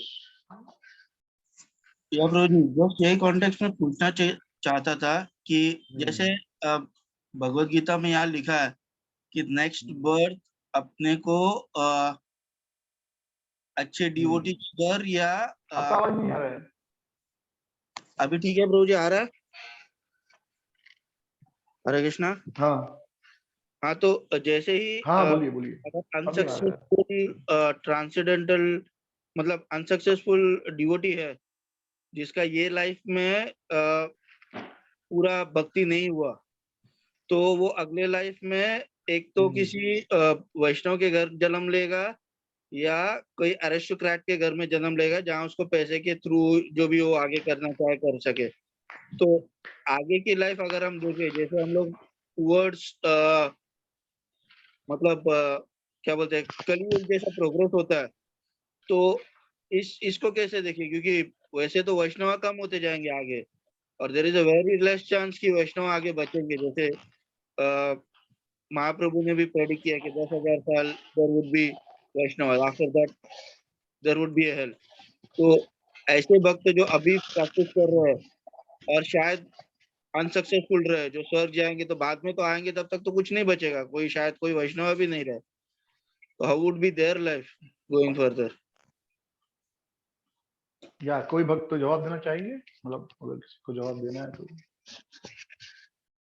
या सो पहला चीज, इस समय जो भक्ति कर रहे हैं अगर वो स्वर्ग गए, और ऑफ कोर्स जाएंगे, अगर भगवत धाम नहीं गए तो स्वर्ग तो पक्का जाएंगे। तो स्वर्ग गए तो वहां पर वो लाखों साल रहेंगे, तब तक फिर से कलयुग बीती जाएगा। ठीक है, कलयुग का अभी जो बचा हुआ उम्र है वो 4,27,000 साल और है। और डिवोटिस जो है, आप स्वर्ग में जाओगे तो स्वर्ग में कोई 100-200 साल नहीं रहते, स्वर्ग में लाखों साल रहते हैं लोग। 4 लाख साल, 5 लाख साल, 10 लाख साल। तो इतना साल के बाद आप फिर आओगे, तब तक सतयुग रहेगा कुछ, something will be like that. ठीक है, सो वो चिंता करने की जरूरत नहीं है, वो भगवान का चिंता का विषय है, हमारा चिंता का विषय नहीं है। तो जो भगवान की चिंता का विषय है, ही कैन डू, वो ही विल अरेंज। और ऐसा नहीं कि पृथ्वी पर ही है, बहुत सारे प्लैनेट्स हैं, अनलिमिटेड प्लैनेट्स हैं, अनलिमिटेड अनंत ब्रह्मांड है। हर ब्रह्मांड में बहुत सारे ब्रह्मांड में बहुत सारी पृथ्वियां हैं। तो ऐसा नहीं कि आप इसी पृथ्वी पर फिर से आएंगे, you can go to some other prithvi, other loka, जहाँ पर और ज्यादा ऑप्शन अवेलेबल है। तो वो सब जो है परेशान होने का बात नहीं। Point one. पॉइंट टू ये है कि जब हम कहते हैं कोई चीज खत्म हो जाएगी, खत्म होने का मतलब एक टेक्स्ट में ये है कि खत्म मतलब जीरो नहीं होता।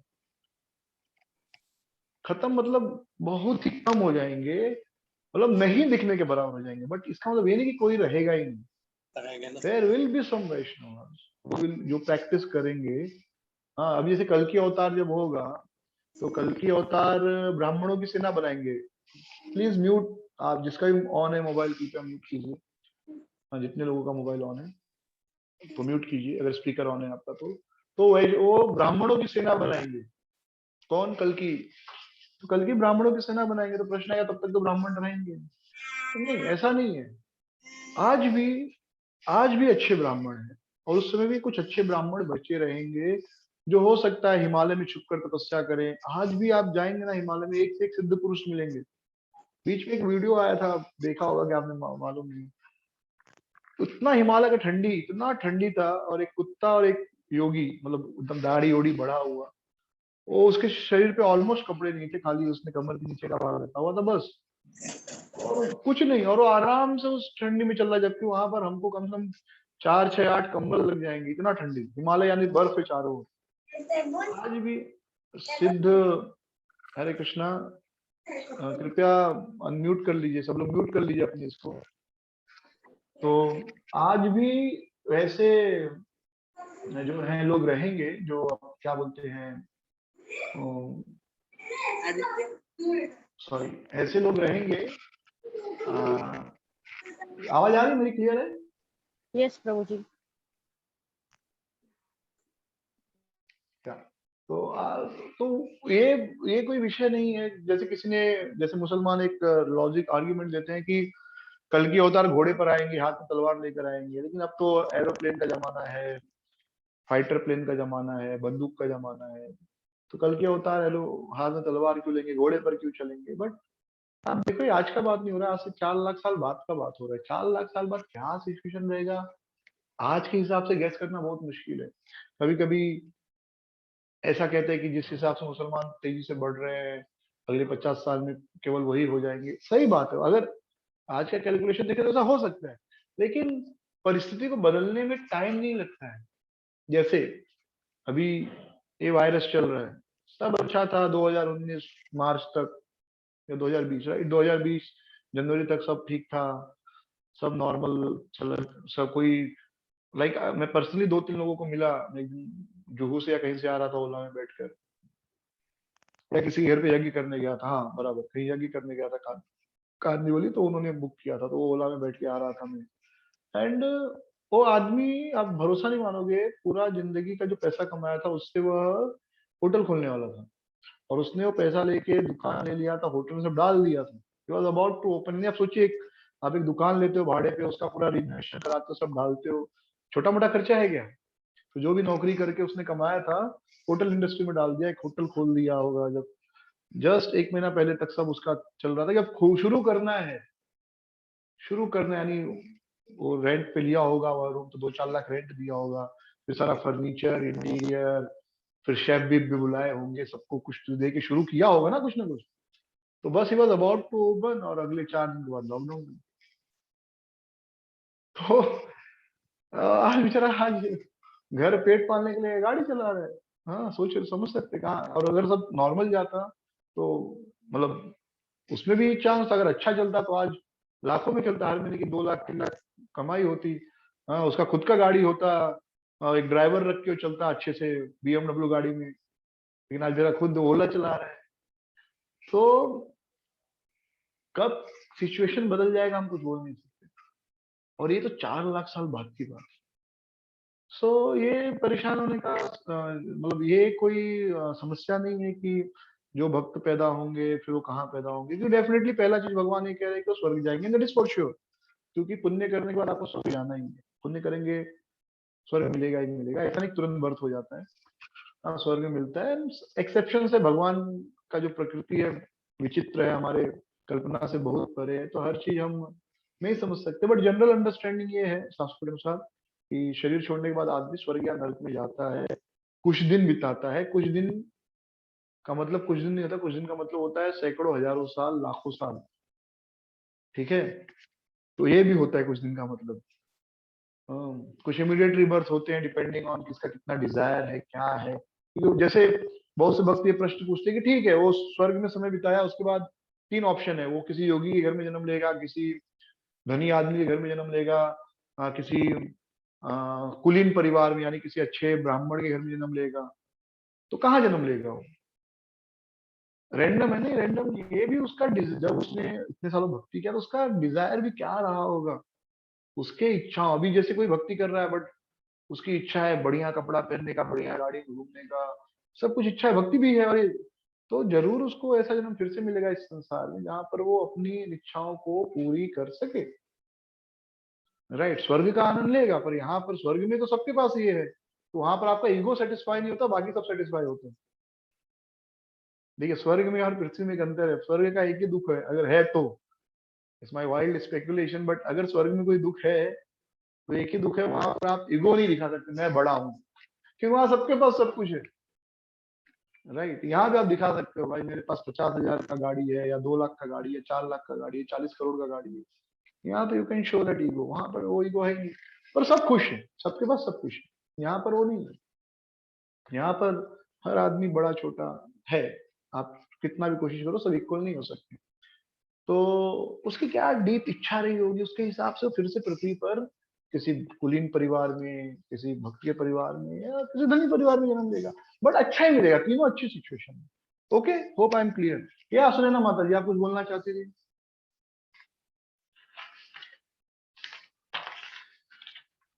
हरे कृष्णा सुनैना माता जी, सुनिर्मला सीता देवी दासी माता जी। हरे कृष्णा प्रभु जी।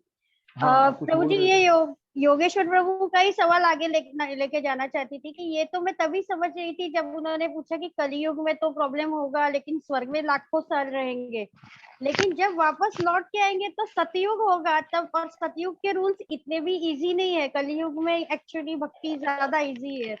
तो ये सवाल था मेरा कि तब और डिफिकल्टी हो सकती है। या सो परेशान मत होइए, तो सतयुग में आएंगे तो उस समय का शरीर मिलेगा, उस समय की बुद्धि मिलेगी। जैसे अभी आपसे कोई कहे, मतलब जस्ट एक एग्जांपल दे रहा हूँ, कि आप अगले दिन में मछली बन जाएंगे, फिर आप परेशान हो जाएंगे, मछली बन के मैं कैसे पानी में रहूंगी, कैसे सांस लूंगी। फिर परेशान मत कीजिए, मछली बनेंगे तो फिर सांस लेने के लिए वो फेफड़े नहीं रहेंगे, गलफड़े रहेंगे, राइट। Yes yes. तो हम जो बनेंगे उसके हिसाब से जो युग होगा उसके हिसाब से वैसा शरीर मिलेगा, वैसी बुद्धि मिलेगी, वैसी उम्र मिलेगी। तो सतयुग, ये कहना कि सतयुग में भक्ति नहीं कर सकते थे, या सी कर सकते हैं। भक्ति हर युग में प्रैक्टिकल है, हर युग में पॉसिबल है। सो हमें जो है उस चीज का चिंता नहीं करना चाहिए। जब सतयुग में पैदा होंगे तो अकॉर्डिंगली आपको वैसा शरीर भी प्राप्त होगा, उतना ताकतवर, बिना कोई बीमारी का। सतयुग में लोग बीमार नहीं पड़ते थे ज्यादा, हाँ उनको ज्यादा बीमारी बुढ़ापा का दुख नहीं था। तो सतयुग में लोग 1 लाख साल जीते थे, तो वैसा शरीर मिलेगा जब 1 लाख साल जिएंगे, हवा शुद्ध होगी, पानी शुद्ध होगा, देसी गाय का दूध मिलेगा, जंगल होंगे, ऋषि तपस्वी हर जगह होंगे, इंटरनेट नहीं होगा, 4G नहीं होगा, आईफोन नहीं होगा, तो सबका टेंशन भी नहीं होगा, और ये मूवीज नहीं होगी, सब लोग भगवान की भक्ति का चर्चा करते रहेंगे। तो नहीं चाहते हुए भी आप भगवान की भक्ति का चर्चा करेंगे, मैं भी भगवान की भक्ति का चर्चा करूंगा। तो ऐसा नहीं कि सतयुग में फैसिलिटी नहीं है, हर युग में फैसिलिटी है। आप किसी भी युग में रहें, कुछ फायदे हैं तो कुछ नुकसान है, नुकसान। टफ रहेगा बट सुविधाएं ज्यादा रहेंगी भक्ति करने की कल युग में। यानी भक्ति करना का नियम ज्यादा कठिन है, लेकिन फिर सुविधाएं भी उतनी है, वहां पर डिस्ट्रैक्शन कम रहेंगे सतयुग में। ठीक है, अभी कितना अभी इजी तरीका है, 16 माला जप करो ध्यान से, लेकिन डिस्ट्रैक्शन भी उतने हैं, बराबर। हाँ डिस्ट्रैक्शन है। हाँ हाँ। 5G टेक्नोलॉजी है, आईफोन है, सो डिस्ट्रैक्शन भी बहुत ज्यादा है, इतनी अच्छी अच्छी मूवीज हैं, इतने अच्छे टीवी सीरियल्स हैं, पॉलिटिक्स इतना एंटरटेनिंग है, तो आदमी वो सबसे बच के 16 माला करना ही भारी हो जाता है। सतयुग में सारे डिस्ट्रैक्शन नहीं रहेंगे, हवा शुद्ध नहीं है, पानी शुद्ध नहीं है, कोरोना वायरस का टेंशन है, तो वो सब नहीं रहेगा। जैसे आप किसी भी समय में, हम कभी भी सोचते हैं ना, काश मैं पहले पैदा हुआ होता, या काश मैं उस समय होता तो मेरे लिए, ऐसा कुछ नहीं है। आप उस समय होते तो उस समय कुछ और प्रॉब्लम होती है और कुछ और फैसिलिटी होती। आज है तो कुछ प्रॉब्लम है और कुछ फैसिलिटी है। आज से 10,000 साल बाद जन्म लेंगे तो कुछ प्रॉब्लम होंगी और कुछ फैसिलिटी होंगी। अगर ये कहा जा रहा है 10,000 साल बाद भक्ति मुश्किल हो जाएगी, तो वो ट्रू है आज के कंपेयर में, बट उस समय कुछ और अलग मुश्किलें होंगे और कुछ और फैसिलिटी भी हो जाएगा भक्ति के लिए। ठीक है, तो ये सोचना कि उस समय भक्ति करने वाले के लिए भक्ति का फैसिलिटी रहेगा, लेकिन लोगों का कॉन्शियसनेस इतना डिग्रेड हो गया है, आज के समय में भक्ति नहीं करना चाहते, तो 10,000 साल बाद क्या भक्ति करेंगे? तो in that sense it is said कि भाई बहुत कम मौका मिलेगा। तो लोगों का कॉन्शियसनेस है कलियुगा, नॉट कलियुगा इटसेल्फ। आज के समय में भक्ति नहीं करना चाहते, 16 माला हमारे लिए पहाड़ हो गया है। तो 10,000 साल बाद क्या होगा? जब जब जब मेरे ख्याल से 100G टेक्नोलॉजी रहेगा, आज तो 4G, उसमें 100G रहेगा। आज आईफोन 11, उस समय आईफोन 2000 होगा आपके पास, शायद 10,000 साल बाद वो वर्जन रहेगा आपके पास। सो तो कभी भी इस चीज का डिपेंड नहीं कीजिए कि पहले ऐसा हुआ होता तो अच्छा होता, या ऐसा होगा तो अच्छा होगा, ऐसा कुछ नहीं है। अगर वैसा होता तो कुछ और फैसिलिटी होता, प्लस कुछ और प्रॉब्लम होता। आज कुछ और फैसिलिटी, कुछ और प्रॉब्लम है। जैसे हम कभी कोई सोचते काश उस लड़की से मेरी शादी हुई होती तो अच्छा होता, नहीं, उसके साथ कुछ और प्रॉब्लम होते, कुछ और फैसिलिटी होती। अभी आप जिस लड़के या लड़की के साथ विवाहित है उसके साथ कुछ और प्रॉब्लम है और कुछ और फैसिलिटी है। किसी और के साथ शादी होती तो कुछ और प्रॉब्लम होती है, कुछ और फैसिलिटी होती। लेकिन हम क्या, जो प्रॉब्लम रहता है हम सोचते यही प्रॉब्लम बढ़ा है, पर ऐसा नहीं है। दूसरे किसी लड़की से शादी करो या किसी और लड़के से शादी किया जाए तो उसके अंदर हो सकता है ये प्रॉब्लम नहीं हो तो कुछ और प्रॉब्लम रहे। कोई परफेक्ट तो है नहीं, क्योंकि हम सोचते हैं काश ऐसा होता तो मैं ऐसा होता, ऐसा कुछ नहीं है। तो बेस्ट थॉट प्रोसेस क्या है, जो कि सच है, सिर्फ बोलने के लिए नहीं, सच क्या है, आपको जो भगवान ने दिया और आप जिस स्थिति में, that is a perfect thing. आप वो जो है परफेक्ट सिचुएशन में हो, ठीक है, वो सबसे श्रेष्ठ सिचुएशन में भक्ति करने के लिए आपके लिए। And we should be happy with that situation and we should continue our bhakti in that situation. उस परिस्थिति में सुखी रहकर भक्ति करते रहना चाहिए। नहीं ऐसा हुआ होता तो मैं ज्यादा खुश रहता, ऐसा कुछ नहीं है। वैसा हुआ होता तो फिर आज ऐसा ना हो कि कुछ और होता, राइट? आज ऐसा ना हो कुछ और होता, कोई और प्रॉब्लम होता, ऐसे है। ठीक है, okay, will continue. Thank you Prabhu ji. Mute all. Ambika दंडवत यस प्रणाम। कहिए, बाकी लोग म्यूट कर लीजिए माइक को अपने। अपना प्रश्न पूछने के बाद माइक म्यूट कर लेंगे तो अच्छा है, जो भी है। यस प्रभु जी, अंबिका चंद्र कहिए, कहिए प्रभु जी। अंबिका चरण प्रभु जी, हरे कृष्णा। अंबिका चरण प्रभु, आपने हाथ उठाया है। अंबिका चरण प्रभु,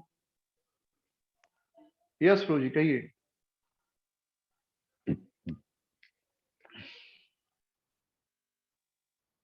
आपका आवाज नहीं आ रहा प्रभु जी, आपका माइक शायद ऑफ है, आपका माइक ऑन कीजिए।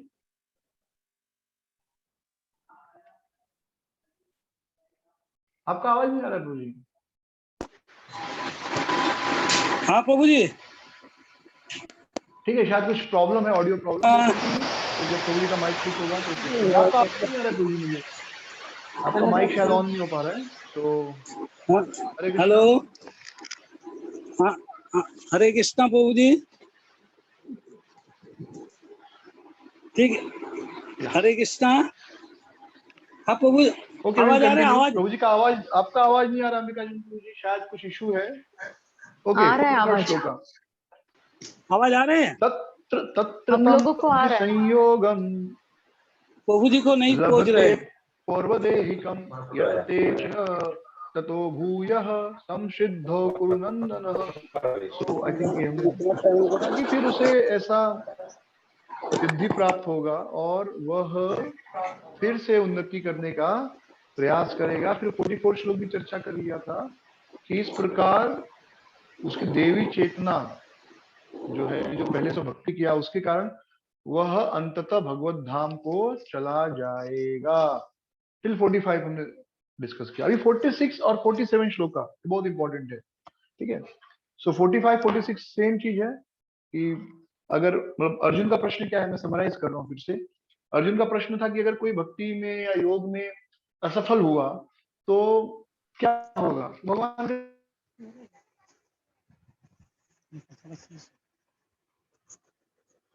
लाखों साल फिर उसे किसी भक्ति घर में, किसी धनी आदमी के घर में या किसी योगी के घर में जन्म मिलेगा, और फिर वह अपनी, उसे सारी सुविधा मिलेगी भक्ति करने की, और वह अपनी चेतना के कारण, जो पहले जीवन का अभ्यास है उसके कारण, वह फिर से शास्त्र पढ़ के अभ्यास करते करते अंत में परम गति को प्राप्त कर लेगा। यानी इस रास्ते पर अगर आप चले हैं तो भले धीरे धीरे चल रहे हैं पर सफलता गारंटेड है। इन शॉर्ट कहें तो सही रास्ते पर धीरे धीरे चलना गलत रास्ते पर तेज भागने से अच्छा है। समझ रहे हैं? गलत रास्ते पर तेज भागने से अच्छा सही रास्ते पर धीरे धीरे भागना। तो सही रास्ते पर हम धीरे धीरे भागेंगे तो भी अंत में अपने डेस्टिनेशन पे पहुंच जाएंगे, और गलत रास्ते पर तेज तेज भागेंगे तो उसका कोई लाभ नहीं है। तो भक्ति में भले हम 2 माला कर पा रहे हैं, 4 कर पा रहे हैं, 16 कर पा रहे हैं, 4 नियम पालन कर रहे हैं, तो एक ना एक दिन अंततः हम भगवान के धाम अवश्य पहुंचेंगे। बीच में बहुत सारी चीजें आएंगी, स्वर्ग आ सकता है, फिर से जन्म होगा, शायद अंबानी के घर में पैदा हो जाए, चाहे बिल गेट्स के घर में पैदा हो जाए, बहुत कुछ हो सकता है। लेकिन सही रास्ते पर चले थे तो एक दिन अंततः अवश्य भगवत धाम जाएंगे। 46 श्लोक का बहुत 46 47 बहुत इंपॉर्टेंट है। तपस्विभ्यो अधिको योगी ज्ञानिभ्योऽपि मतोऽधिकः कर्मिभ्यश्चाधिकः योगी तस्मात् योगी भवोर्जुन। भगवान कहते योगी, योगी मतलब जो भगवान से जुड़ा हुआ है वो तपस्वी से श्रेष्ठ है। तपस्वियो अधिको योगी, जो योगी है वो तपस्वी से श्रेष्ठ है। यानी आप तपस्या कर रहे हैं कुछ फायदा नहीं, उससे अच्छा योग करो। योग मतलब भगवान से जुड़ो, नाम जप के द्वारा, भागवतम पढ़ के।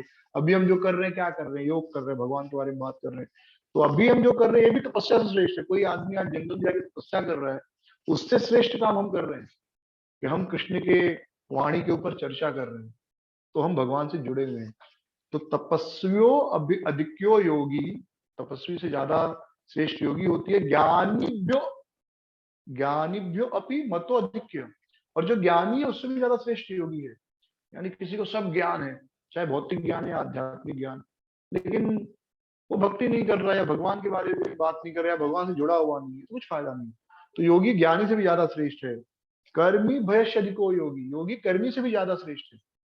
जो दुनिया में प्रधानमंत्री बन रहे हैं, राष्ट्रपति बन रहे हैं, अरबपति बन रहे हैं, Bill Gates, Ambani, mark Zuckerberg, उससे भी श्रेष्ठ कौन है? योगी है।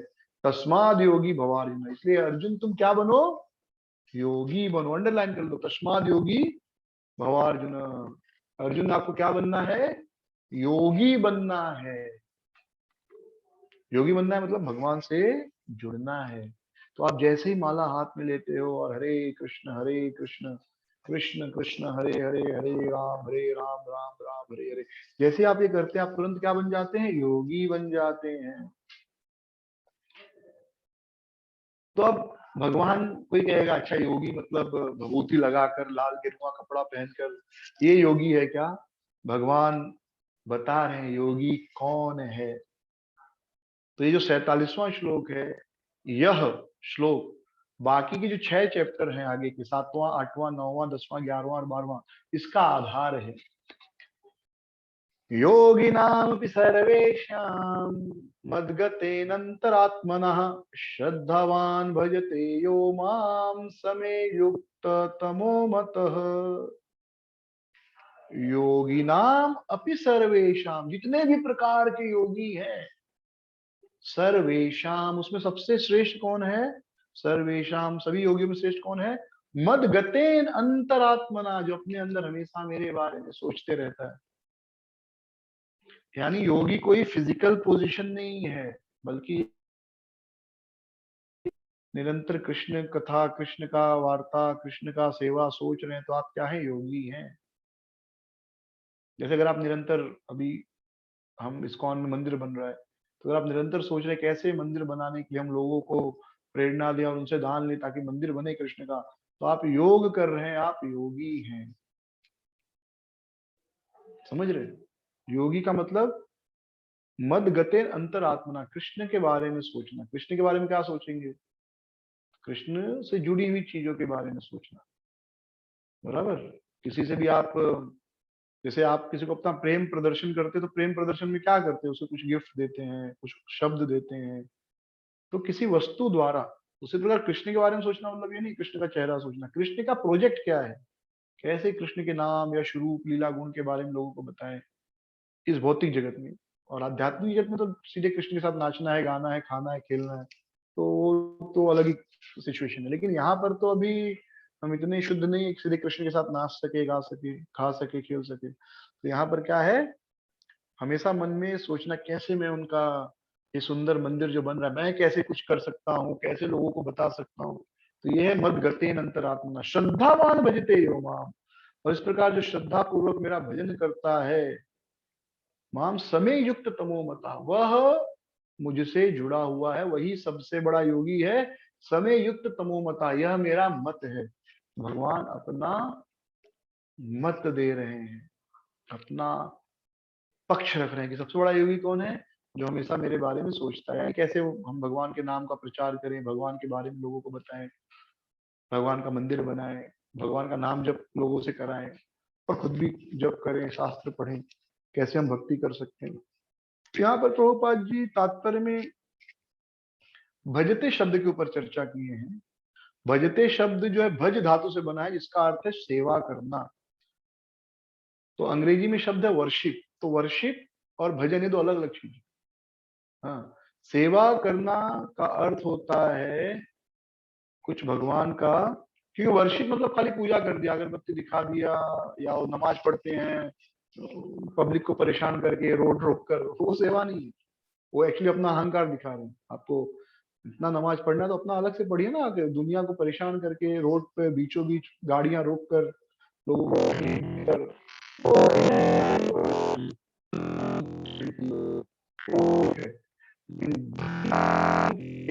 करना भगवान की मार्ग होता है। तो हाँ, हमको ये मानते मानेंगे नहीं है। कोई व्यक्ति पक्ष जो समाज का उनका प्रभु जी आवाज नहीं आ रही है, आवाज बहुत खरखरा रहा है।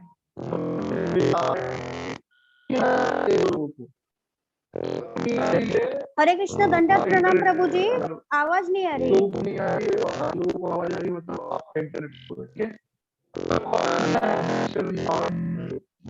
बीच में खरखर हो रहा है।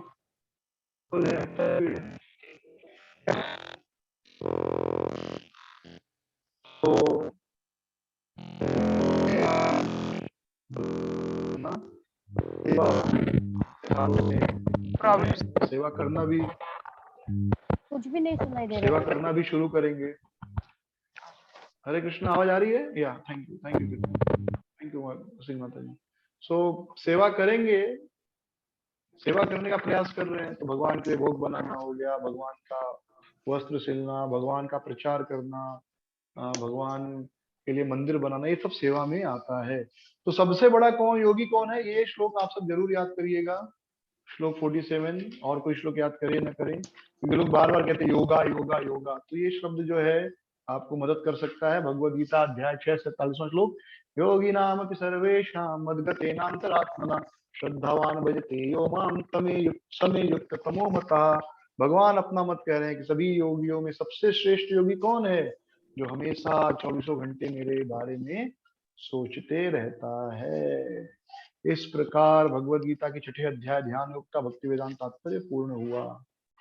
तो इस श्लोक के आधार पर जो हमेशा अपने मन में मेरे बारे में सोचते रहता है, अब किसी के बारे में सोचने के लिए उसके बारे में पता भी होना चाहिए, राइट? जैसे मैं आपसे कह दूं कि आप डीन जोन्स के बारे में सोचो, अभी कौन है वो पता ही नहीं। अब ये क्रिकेटर है एक, मुझे याद आया उसका नाम ऐसे ही, तो अगर आपने उसका खेल देखा होगा, क्रिकेट में कुछ देखा होगा, तो आप उसके बारे में सोच सकते हैं।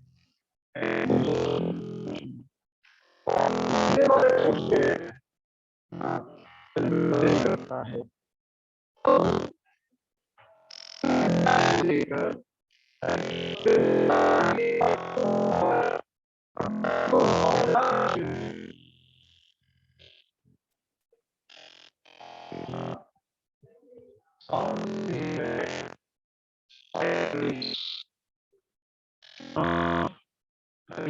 network generation.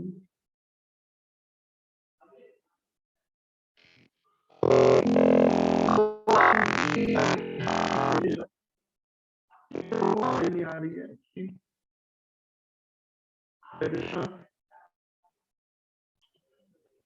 हरे कृष्ण जी, आवाज नहीं आ रही है। कुछ लोगों को नहीं आ रही है। डिस्ट्रैक्ट हो क्या? ब्रेक हो रहा है और डिस्टरबेंस आ रहा है।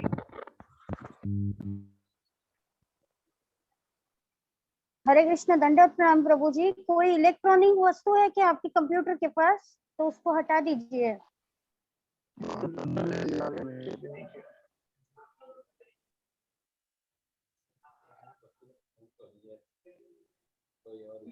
पुजारी माता जी, ओके सुरेश,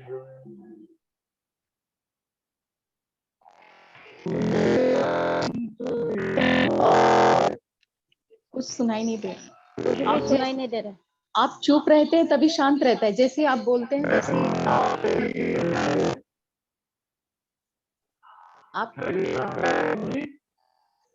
आप चुप रहते हैं